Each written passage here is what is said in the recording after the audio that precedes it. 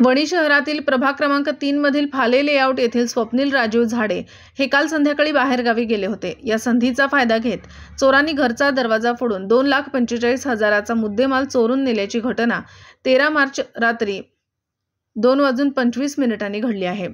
फाले लेआउट मधील स्वप्नील राजीव झाडे वय वर्ष 29 हे काल आपल्या कुटुंबासह सायंकाळी 6:30 वाजता बाहेरगावी गेले होते व शेजारी राहणारे जैन लेआउट येथील नातलग यांना घरी झोपाव्यास सांगितले, पण तो उशिरा रात्री 2:23 आला व लोखंडी गेटचे कुलूप उघडून आत प्रवेश करणार तोच घरात चोरी करून बाहेर निघण्यासाठी पडलेले 2 चोर गेट ढकलून पळून गेले।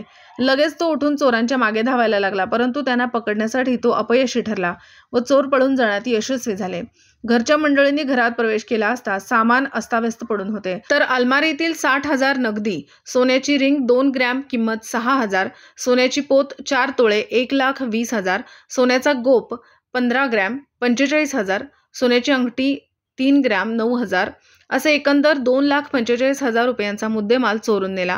या घटनेची माहिती मिळताच पोलीस प्रशासनाने रात्रीच दखल घेऊन उपविभागीय पोलीस अधिकारी हे स्वतः घटनास्थळी भेट दिली। वणी शहरात एक दिवसाआड चोरी होत असल्याने घटनेचा तपास गांभीर्याने घेऊन पुढील तपास पोलीस निरीक्षक अनिल बेहेरानी यांच्या मार्गदर्शनाखाली सुरू आहे।